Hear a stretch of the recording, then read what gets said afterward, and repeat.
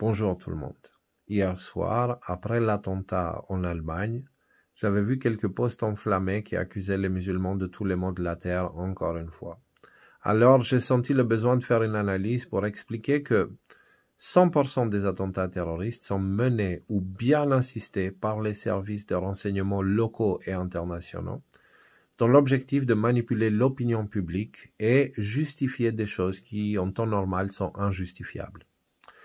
Dans ce post, j'avais aussi parlé de la crise politique que traverse l'Allemagne en ce moment avec Olaf Scholz, le chancelier allemand, qui n'a pas le vote de confiance parce que l'extrême droite est beaucoup montée en Allemagne. En plus de ça, on avait un post d'Elon Musk quelques heures avant l'attentat qui expliquait que le parti de l'extrême droite était la seule solution pour l'Allemagne. Et l'attentat arrive. La première réaction sur Twitter et ailleurs sur les réseaux sociaux, c'est « Ah là là, les méchants musulmans encore, blablabla, foutez-les dehors, etc. etc. » Sauf que, on n'est même pas 24 heures plus tard et on apprend que ce terroriste servait, enfin, il était proche de l'extrême droite.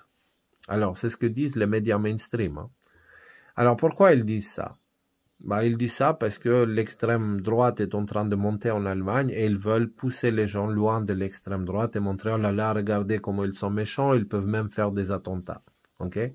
Donc déjà, vous voyez l'utilisation des attentats terroristes, ça change selon leur intérêt. Hein?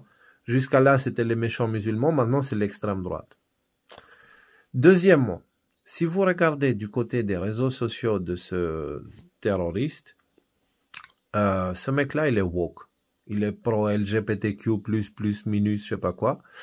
Et des woke d'extrême droite, j'en connais pas, moi. Je pense pas que ça existe parce que par définition, le mouvement woke est d'extrême gauche, tellement extrême que c'est tombé en fait.